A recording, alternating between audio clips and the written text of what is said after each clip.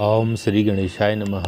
नमो भगवते वासुदेवाय। आज से कार्तिक मास आरंभ हो रहा है और मैं अपने सभी प्रेमी लोगों के लिए कार्तिक मास का महात्म्य का वर्णन करूंगा, क्योंकि कार्तिक मास भगवान को अति प्रिय है और इस कार्तिक महात्म्य को सुनने से आप लोगों की मनोकामना पूरी हों, ऐसी मेरी कामना है। कार्तिक मास में विष्णु सहस्त्र नाम का नित्य श्रवण करना चाहिए और साथ ही साथ गजेंद्र मोक्ष का श्रवण करना चाहिए स्तोत्र का। और ये दोनों मैंने स्तोत्र अपने वीडियो में डाले हुए हैं, आप लोग इन्हें देख सकते हैं, सुन सकते हैं। और यथासंभव पहले तो मनुष्य जीवन मिला है, मनुष्य योनि मिली है, तो इसको सार्थक करने के लिए कार्तिक मास में दान पुण्य जप तप अवश्य करना चाहिए। यदि आपको संभव नहीं है, समय नहीं है, तो अवश्य जो है आप विष्णु सहस्रनाम स्तोत्र और गजेंद्र मोक्ष स्तोत्र कम से कम आप नित्य प्रति सुबह सायं ये अवश्य सुने। कार्तिक मास के महात्म्य को आप लोगों के सामने प्रस्तुत कर रहा हूँ। ओम नारायणं नमस्कृत्य नरं चैव नरोत्तमं देवीं सरस्वतीं चैव ततो जयमुदीरयेत्। कार्तिक मास की श्रेष्ठता तथा उसमें करने योग्य स्नान दान भगवत पूजन आदि धर्मों का क्या महत्व है, इस वीडियो में हम आप बताएंगे। भगवान नारायण नरश्रेष्ठ नर तथा सरस्वती देवी को नमस्कार करके जय स्वरूप इतिहास पुराण का पाठ करना चाहिए। ऋषि बोले, सूत जी हम लोग कार्तिक मास का महात्म्य सुनना चाहते हैं। सूत जी बोले, ऋषियों तुमने मुझसे जो प्रश्न किया है उसी को ब्रह्मपुत्र नारद जी ने जगतगुरु ब्रह्मा से इस प्रकार पूछा था। पितामह, मासों में सबसे श्रेष्ठ मास, देवताओं में सर्वोत्तम देवता और तीर्थों में विशिष्ट तीर्थ कौन है, यह बताइए। ब्रह्मा जी बोले, मासों में कार्तिक मास, देवताओं में भगवान विष्णु और तीर्थों में नारायण तीर्थ बद्रिकाश्रम सबसे श्रेष्ठ हैं। ये तीनों कलयुग में अत्यंत दुर्लभ हैं। इतना कहकर ब्रह्मा जी ने भगवान राधा कृष्ण का स्मरण किया और पुनः नारद जी से कहा, बेटा तुमने समस्त लोगों का उद्धार करने के लिए यह बहुत अच्छा प्रश्न किया है। मैं कार्तिक मास का महात्म्य कहता हूँ। कार्तिक मास भगवान विष्णु को सदा ही प्रिय है। कार्तिक में भगवान विष्णु के उद्देश्य से जो कुछ पुण्य किया जाता है उसका नाश मैं नहीं देखता। नारद, यह मनुष्य योनि दुर्लभ है। इसे पाकर मनुष्य अपने को इस प्रकार रखे कि उसे पुनः नीचे न गिरना पड़े। कार्तिक सब मासों में उत्तम है। यह पुण्यमय वस्तुओं में सबसे अधिक पुण्यतम और पावन पदार्थों में सबसे अधिक पावन है। इस महीने में 3300 देवता मनुष्य के सन्निकट हो जाते हैं और इसमें किए हुए स्नान दान व्रत भोजन तिल धेनु सुवर्ण रजत भूमि वस्त्र आदि के दानों को विधिपूर्वक ग्रहण करते हैं। कार्तिक में जो कुछ दिया जाता है, जो भी तप किया जाता है, उसे सर्वशक्तिमान भगवान विष्णु ने अक्षय फल देने वाला बताया है। भगवान विष्णु के उद्देश्य से मनुष्य कार्तिक में जो कुछ दान देता है उसे वह अक्षय रूप में प्राप्त करता है। उस समय अन्नदान का बहुत अधिक महत्व है। उससे पापों का सर्वथा नाश हो जाता है। जो कार्तिक मास प्राप्त हुआ देख पराये अन्न को सर्वथा त्याग देता है, वह अतिकृच्छ यज्ञ का फल प्राप्त करता है। कार्तिक मास के समान कोई मास नहीं है, सतयुग के समान कोई युग नहीं है, वेदों के समान कोई शास्त्र नहीं है और गंगा जी के समान दूसरा कोई तीर्थ नहीं है। इसी प्रकार अन्नदान के सदृश दूसरा कोई दान नहीं है। दान करने वाले मनुष्यों के लिए न्यायोपार्जित द्रव्य के दान का सुअवसर दुर्लभ है। उसका भी तीर्थ में दान किया जाना तो और भी दुर्लभ है। मुनिश्रेष्ठ, पापों से डरने वाले मनुष्यों को कार्तिक मास में शालिग्राम शिला का पूजन और भगवान वासुदेव का स्मरण अवश्य करना चाहिए। दान आदि करने में असमर्थ मनुष्य प्रतिदिन प्रसन्नतापूर्वक नियम से भगवान नामों का स्मरण करे। कार्तिक में भगवान विष्णु की प्रसन्नता के लिए विष्णु मंदिर अथवा शिव मंदिर में रात को जागरण करना चाहिए।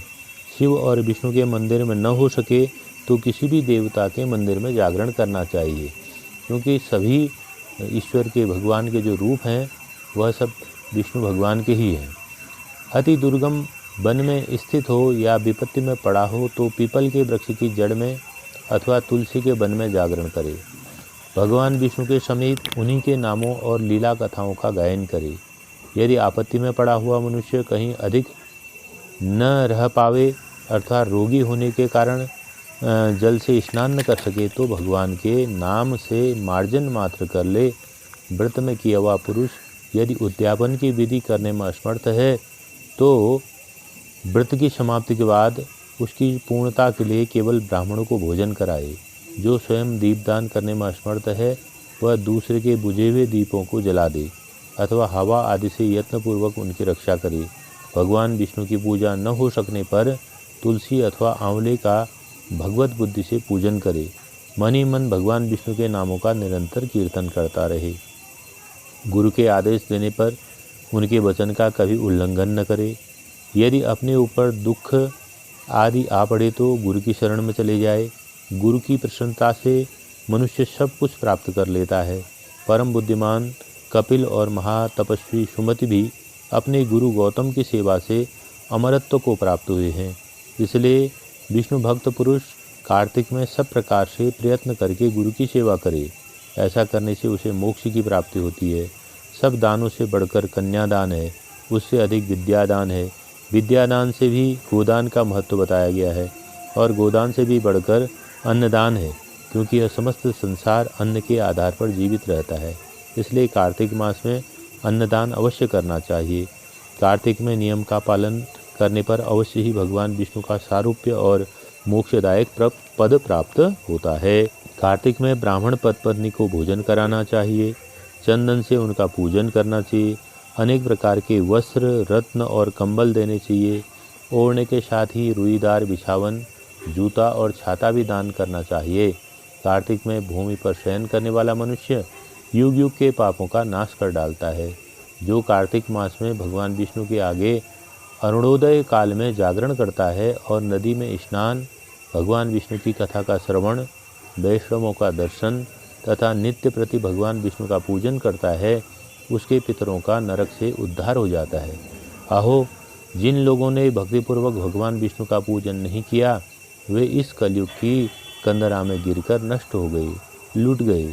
जो मनुष्य कमल के एक फूल से देवताओं के स्वामी भगवान कमलापति की पूजा करता है वह करोड़ों जन्मों के पापों का नाश कर डालता है। मुनिश्रेष्ठ, जो कार्तिक मास में 1,00,000 तुलसी दल भगवान पर चढ़ाकर विष्णु भगवान की पूजा करता है वह एक एक दल पर मुक्तादान करने का फल प्राप्त करता है। जो भगवान के श्री अंगों से उतारी हुई प्रसाद स्वरूपा तुलसी को मुख में, मस्तक पर और शरीर में धारण करता है तथा भगवान के निर्माल्यों से अपने अंगों का मार्जन करता है वह मनुष्य संपूर्ण रोगों और पापों से मुक्त हो जाता है। भगवत पूजन संबंधी प्रसाद स्वरूप शंख का जल, भगवान की भक्ति, निर्माल्य पुष्प आदि, चरणोदक, चंदन और धूप ये सब ब्रह्म हत्या का नाश करने वाले हैं। नारद, कार्तिक में प्रातःकाल स्नान करें और प्रतिदिन अपनी शक्ति के अनुसार ब्राह्मणों को अन्नदान दें, क्योंकि सब दानों में अन्नदान ही सबसे बढ़कर है। अन्न से ही मनुष्य जन्म लेता है और अन्न से ही बढ़ता है। अन्न को समस्त प्राणियों का प्राण माना गया है। अन्नदान करने वाला पुरुष संसार में सब कुछ देने वाला और संपूर्ण यज्ञों का अनुष्ठान करने वाला है।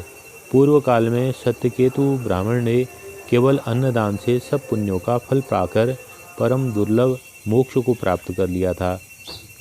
कार्तिक में अनेक प्रकार के दान देकर भी यदि मनुष्य भगवान का चिंतन नहीं करता है तो वे दान उसे कभी पवित्र नहीं कर सकते हैं।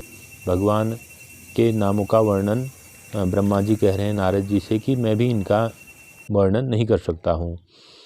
गोविंद गोविंद हरे मुरारे, गोविंद गोविंद मुकुंद कृष्ण, गोविंद गोविंद रथांग पाणे, गोविंद दामोदर माधवेति। इस प्रकार प्रतिदिन कीर्तन करे। नित्य प्रति भगवान के भागवत के आधे श्लोक का या आधे चौपाई का या श्लोक का एक भाग का भी श्रद्धापूर्वक भक्ति के साथ अवश्य पाठ करे। जिन्होंने भागवत पुराण का श्रवण नहीं किया, पुराण पुरुषोत्तम भगवान नारायण की आराधना नहीं की और ब्राह्मणों के मुख रूपी अग्नि में अपनी अन्न की आहुति नहीं दी, उन मनुष्य का जन्म व्यर्थ है। देवर्षे, जो मनुष्य कार्तिक मास में प्रतिदिन गीता का पाठ करता है, उसे पुण्य फल का वर्णन करने की शक्ति मुझ में नहीं है। गीता के समान कोई शास्त्र न तो हुआ है और न होगा। एकमात्र गीता ही सदा सब पापों को हरने वाली है और मोक्ष देने वाली है। गीता के एक अध्याय का पाठ करने से मनुष्य घोर नरक से मुक्त हो जाते हैं, जैसे जड़ ब्राह्मण मुक्त हो गया था। 7 समुद्र तक की पृथ्वी का दान करने से जो फल प्राप्त होता है, सालग्राम शिला के दान करने से मनुष्य उसी फल को पा लेता है। अतः कार्तिक मास में स्नान तथा दान पूर्वक शालिग्राम का दान करना अवश्य करना चाहिए। इस प्रकार से यह कार्तिक मास का महात्म्य है। भगवान दामोदर की कृपा सबके ऊपर प्राप्त हो और कार्तिक मास का महत्व विशेष रूप से अन्नदान, जलदान और वस्त्रदान और शालिग्राम शिला का दान इस प्रकार से कहा है और भगवान के नामों का संकीर्तन करने के लिए कहा है। दुर्लभो मानुषो देहो देहिनाम क्षणभंगुरा तस्मात् दुर्लभम मन्ये वैकुंठ प्रिय दर्शनम। मनुष्य का जीवन दुर्लभ है और उसमें भी यह मनुष्य जीवन जो है क्षणभंगुर है और इसमें भी दुर्लभ है कि भगवान के प्यारे भक्तों का दर्शन अगर मिल जाता है तो वो भी दुर्लभ है। इन्हीं बातों के साथ भगवान की कृपा सबके ऊपर बनी रहे। भगवान विष्णु सबका कल्याण करें, संसार की जो अशांति है वो दूर हो और सभी प्रकार के उत्पातों का शमन हो। यही कामना के साथ आज आपसे विदा लेते हैं। पुनः फिर दूसरे अंक में हम आगे कार्तिक मास के महत्व के बारे में बात करेंगे। धन्यवाद।